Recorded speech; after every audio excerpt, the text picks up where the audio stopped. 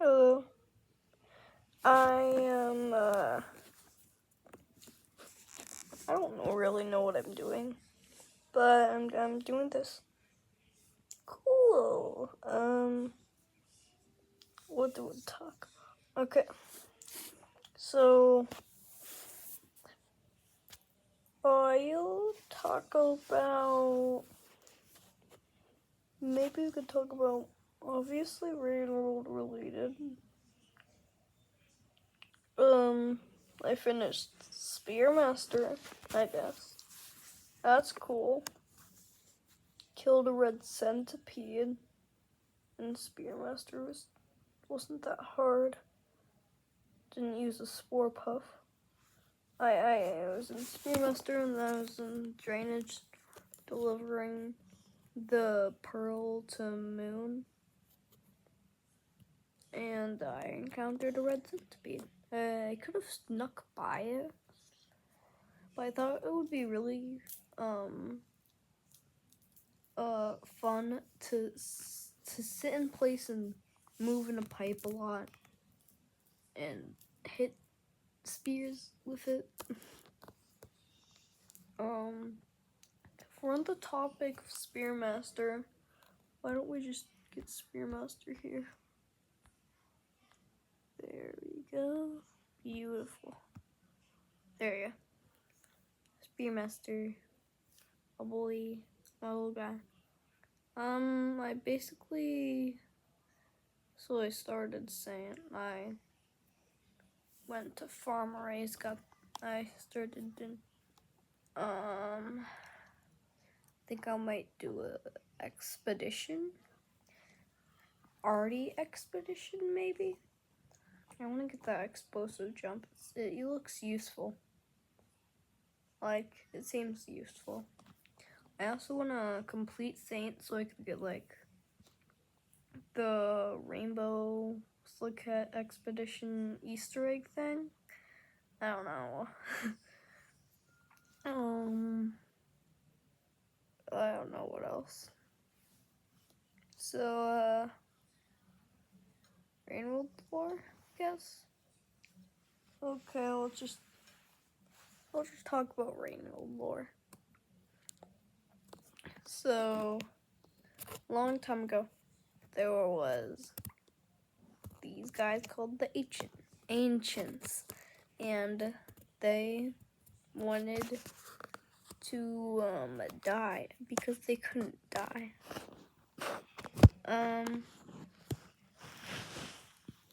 The background noise. Okay.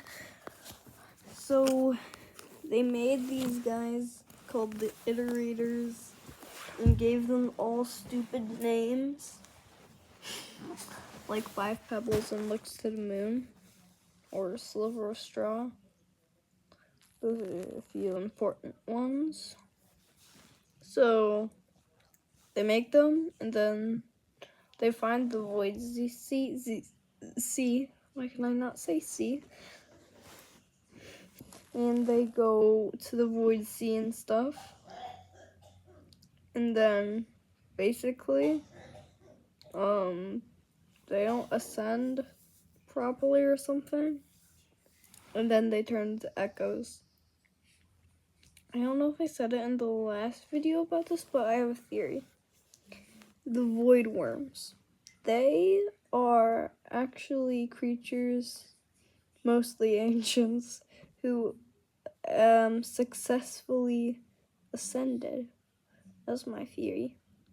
And like in the ending, you kind of turn long and stuff, but you don't really see Slickhead turning into a Void Sea because my dog.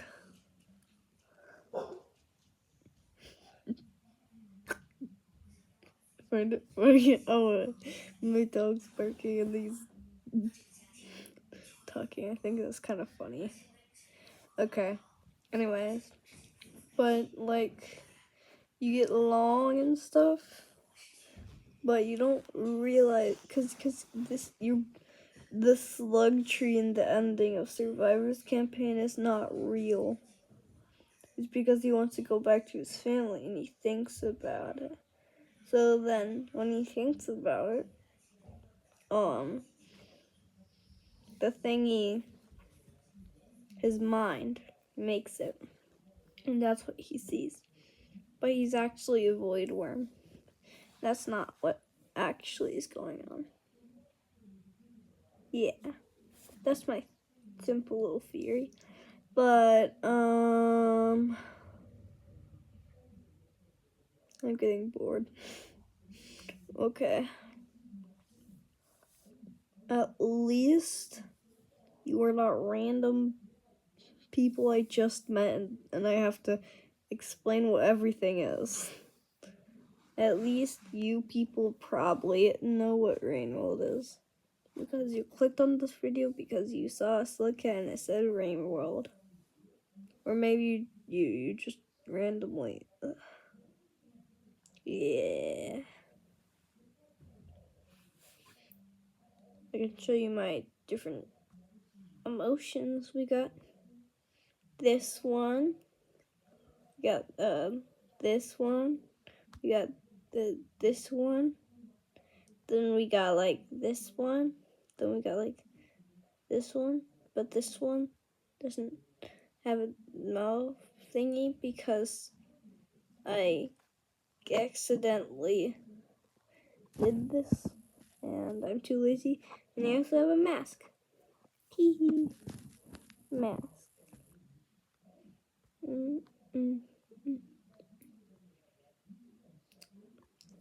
don't want Spearmaster. We could have RD or Rivulet or Monk. Nobody likes Monk. Hunter. Basic.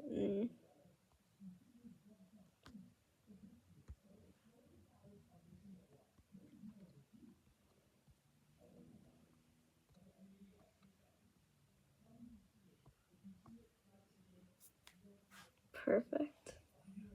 What? What's wrong with my... Oh, never mind. Beautiful.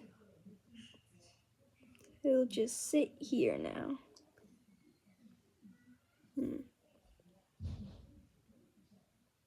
We're at like 7 minutes. Okay.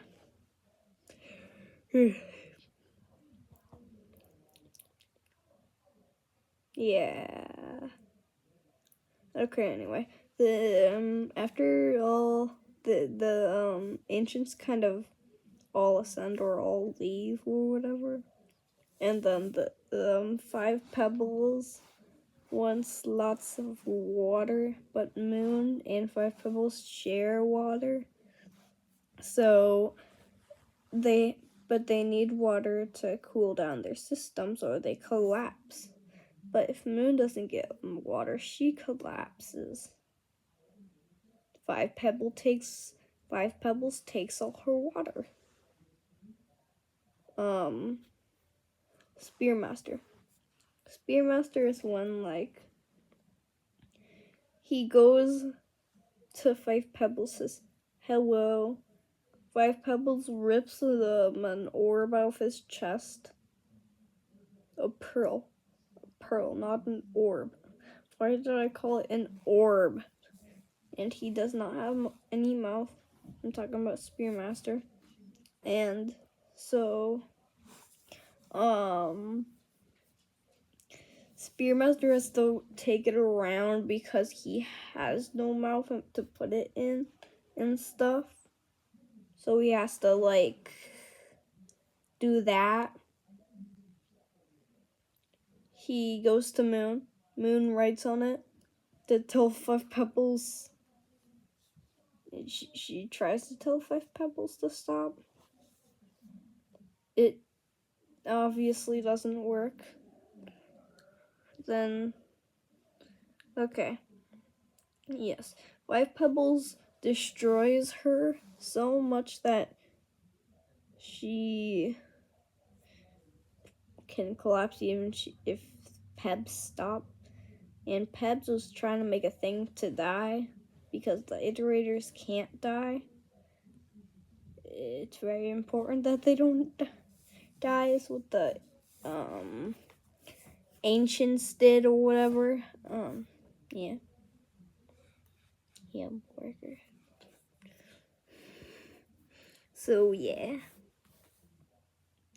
Moon, let's go on to RD. In RD's timeline, part of the timeline, Moon has already died, basically. And so you cannot enter Moon because she's just dead now. And then she murders a scavenger king. She doesn't have much that of impact on the story. Okay, anyway. We go to Hunter. Hunter, not Gourmand. Okay, you go to Hunter, I think. And then Hunter, Moon is now collapsed onto Shoreline.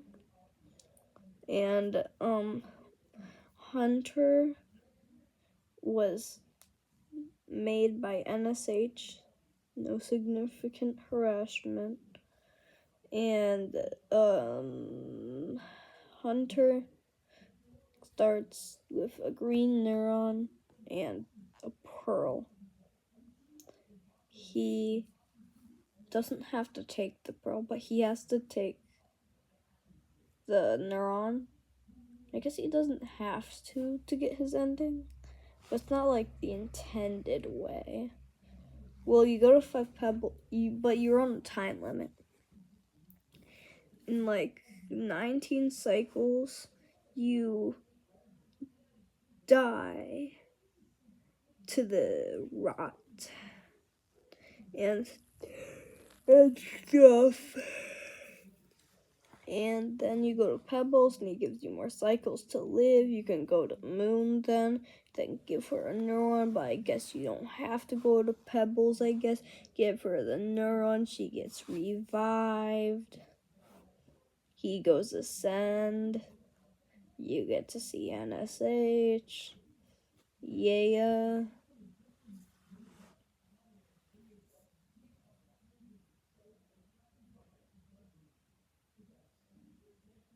Is Gregory a robot?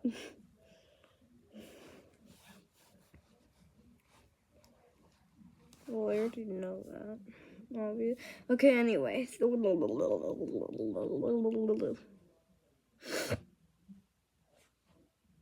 Let me think. What was I gonna say? Okay, Gourmand. Gorbo is what I like to call him. And Gourmand starts his campaign in Shaded Citadel. He goes to 5 Pebbles. 5 Pebbles unlocks Outer Expanse. Gourmand goes to Outer Expanse. Gourmand goes to the Slug Tree. He's not much. And then we go to Survivor and Monk. They're the same because they're technically the same timeline. Because their timeline starts like seconds before. Honestly, let's think about something. When Monk starts his campaign, how fast is Survivor going? Is he going like speedrun speed? Because I'm pretty sure that Survivor's a noob playing Survivor for the first time and doesn't know any speedrun tactics. Did Monk like wait like 5 minutes and then jump after Survivor? Because that doesn't make sense. I feel like Survivor would already gone by that time. Anyways, they don't have a massive impact. They can go to the Slug Tree, I guess. But they just ascend. Now let's move on to something more interesting. 1 second. Okay, Rivulet. I need to calculate. Rivulet. So Rivulet, I think he has the most massive impact out of all the Slug Cats.